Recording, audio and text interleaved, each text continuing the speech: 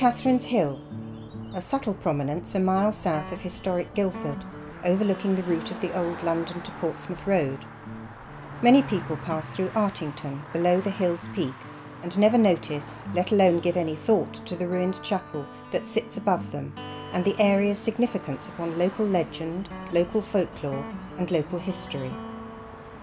Geographically, the hill itself, being a distinguishable landmark in the area, and up until recent history having uninterrupted panoramic views, as well as its proximity to the river, made it important to the local community. The earliest evidence of inhabitants date back to the Stone, Bronze and Iron Ages, while the earliest historical records date back to the Middle Ages and the church's long-held association with the hill. Henry III is thought to have had control of the chapel in Artington during the 13th century, but the structure that remains today is from the early 14th and was built by order of Richard de Wauncey, then rector of the nearby church of St Nicholas.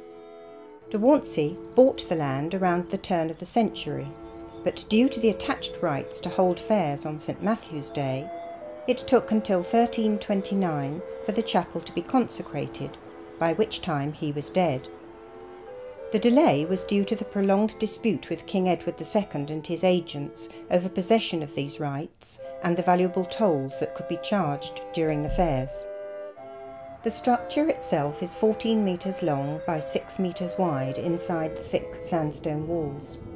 The chalk that faced the windows, doors and buttresses is still readily visible. Both of these materials could be found in the local area and would have been easily transported to the site. The buttresses extend up the walls on 3 of the corners and between the north and south facing windows. When first built, all of them would have ended in fine pinnacles that caught the sun on a fine day. The chapel has 3 doorways, one in the north, one in the south and one in the west walls, while the largest windows face to the east and west.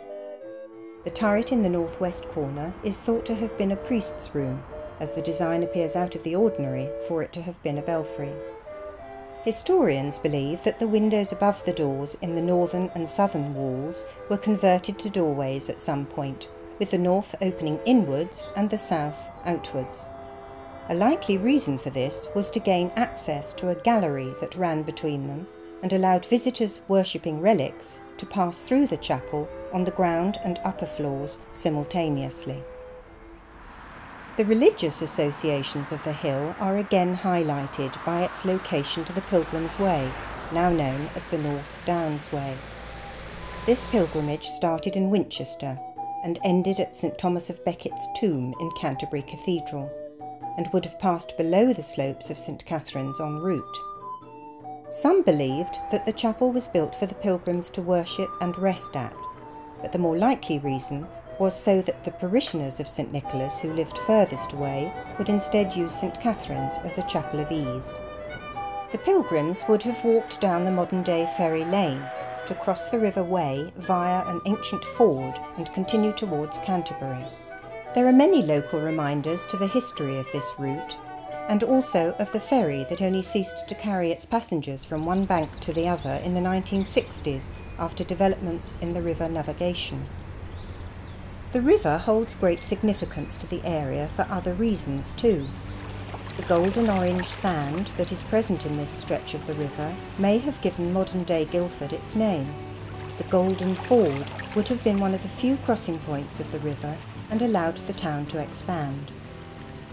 The golden sand also is believed to be another reason for local folklore. Stories of a healing spring in Artington are widespread, but may have a more scientific solution to the legend. The stories tell of water from this natural source that would cure ailments and infection, and this remedy was in use up until the 19th century. Today, though, it is thought that the sand and other minerals in the hillside filtered the water as it travelled down to the river and was therefore purer than most of the other water sources in the area. There are plenty of other local legends surrounding Artington and St Catherine's Hill. The old name for the hill was Drake Hill, or Dragon's Hill. This could have been to do with the original shape of the hill looking like a sleeping dragon, or because it was thought that dragons protected the sacred spring below. This ties into the dedication of the chapel to St Catherine, as she was believed to be able to protect people from dragons. It is also said that two giants built the chapel here and across the valley at St Martha on the Hill. The two sisters shared one hammer and would throw it back and forth between them until they had finished their building. Other legends include the Maid of Astolat, an ancient name for Guildford, which tells of a lord's daughter who falls in love with one of King Arthur's knights of the Round Table. All of these stories, whether true or not, show the great heritage and history of the surrounding area. One of the most recorded historical events in the village's history are the fairs that were held on and around St Catherine's Hill. From the times of Richard de Wauncey through to 1914, when it was last held, the fair would be centred around St Matthew's Day celebrations every September. The earliest record can be found in the Gazetteer of Markets and Fairs in England and Wales to 1516. This entry confirms the granting of rights by King Edward II to de Wauncey to run the fair, and also its continual presence in local traditions. Interestingly, it also shows how the names and spellings have developed over time. The fair was a place to trade household items and livestock. Later, local grown hops were sold to be brewed into beer, and as time went on it became increasingly a recreational event. By the end of the Georgian era, the fair was losing popularity. Even so, William Turner, one of the greatest artists in British history, depicted the fair of 1830 in one of his paintings. The landscape has altered slightly, but it is easy to imagine how the scene would have laid itself out on a late September day. One of the defining moments of its decline was in 1863, when a riot ensued. The Times reported the event as upward of 400 young fellows, many of them being low characters of Guildford, assembled in the village, St Catherine's, lining the road on either side, and when any peaceably inclined passenger approached, they closed in and inflicted both insult and injury. By 1914, the advent of World War I and its waning reputation led to its demise, and it was not held again. It is not accurately known when the chapel ceased to be used or fell into disrepute.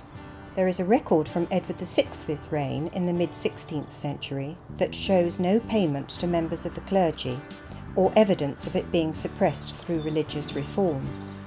Therefore, it could have been during this period that it was abandoned.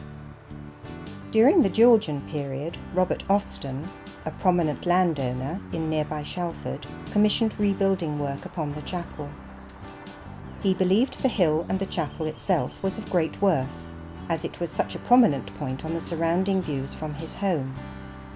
Dated paintings and excerpts from journals have led us to believe, though, that the state of the chapel did not improve, or if so, did not last. Travel and industry also shaped the area greatly. Canalisation of the River Wey in 1764 meant goods and produce could be shipped from Godalming to Guildford and then to London and beyond. Also, the road that passes below St Catherine's was the main route from London to Portsmouth. Typically taking 14 hours by stagecoach, Guildford became a popular and prosperous overnight stop en route. The road became a turnpike in 1749, and the collected tolls were spent on the improvement of the road and lowering of the surface through the hillside to reduce the gradient. It remained a key route until more direct roads were constructed. Later, the arrival of steam power brought the railway through Artington, and in particular under St Catherine's Hill in 1845. Again, servicing the London to Portsmouth route meant traversing the hillside, and the solution was to cut a tunnel straight through it.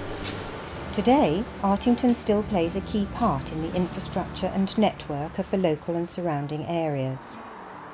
Present-day Artington is a true mix of old and new.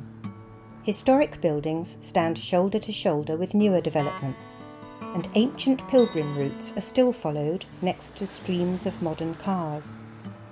The old character of the area is still there if you take a moment to look for it, and once you have, then you always will. Standing on St Catherine's Hill and taking in the scene and sight of such importance gives you a link to all those that have been before you. And for that instant, you too will have a part in the continuing history of this ancient site. William Cobbett, an eminent local figure of the Georgian era, was quoted as saying, "Everybody that has been from Godalming to Guildford knows that there is hardly another such a pretty 4 miles in all of England.